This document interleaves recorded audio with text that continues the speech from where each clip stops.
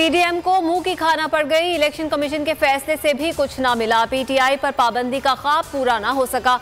Election commission ने ममनुआ funding का फैसला सुना दिया। फैसले में कहा गया है कि तहरीक-ए-इंसाफ ने 34 गैर मुल्कियों 351 कारोबारी इदारों और कंपनियों से ममनुआ फंडिंग हासिल की। 13 बैंक अकाउंट्स पोशीदा रखे जो आइन की खिलाफ वर्जी है। फंडिंग जब्त होगी। तहरीक-ए-इंसाफ को शो कॉज नोटिस जारी।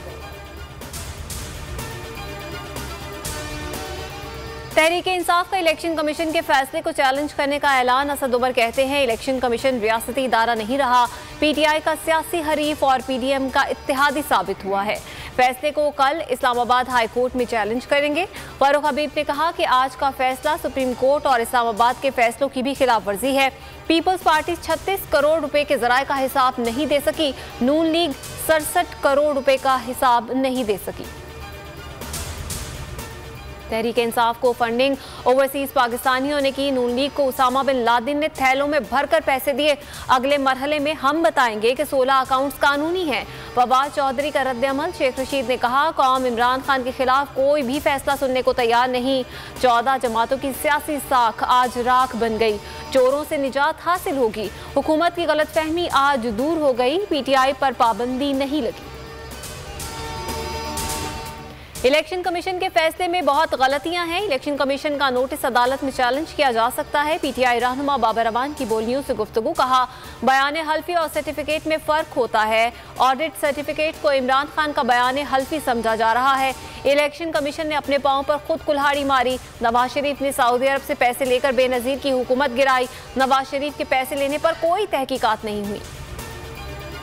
इलेक्शन कमीशन फैसलों के बाद पीडीएम वाले बौखलाहट का शिकार। एक दिन में 7 प्रेस कॉन्फ्रेंसेस।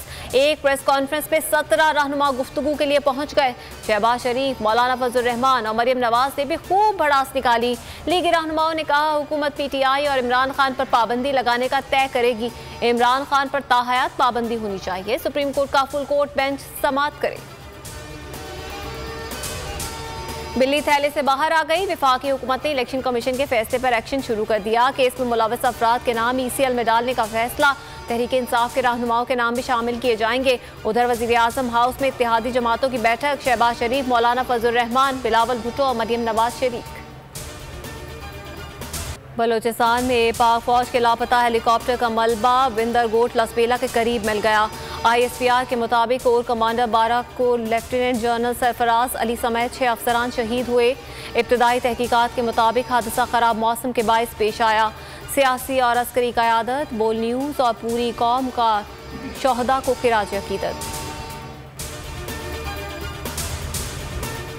बारिशों और सैलाब से तबाह हाल बलोचिस्तान में मजीद 15 अफराद लुक़्मा-ए अजल बन गए। जाबहक अफराद की तादाद 165 हो गई। PDMA के मुताबिक हादसात में 74 अफराद जख्मी हुए। 13,975 मकानात तबाह हुए। 670 किलोमीटर पर मुश्तमिल 6 शाहराहें शदीद मुतासिर हुई। 1.25 पुल टूट गए।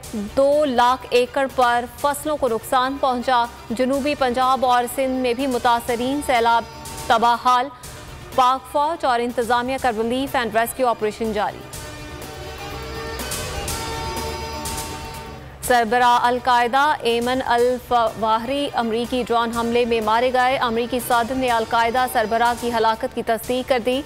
तालिबान हुकूमत ने हमले को बैनुल-अक़वामी कवानीन की खिलाफ वर्जी करार दे दिया।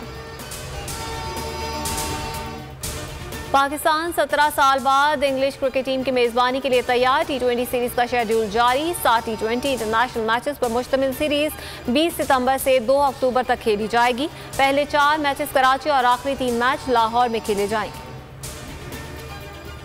जश्न आज़ादी के रंग मनाएं बोल के संग। हमें भेजें अपनी वीडियोस, बच्चों की जश्न मनाती तस्वीर और मिली नग़मे व्हाट्सएप करें 0337 03103777 पर।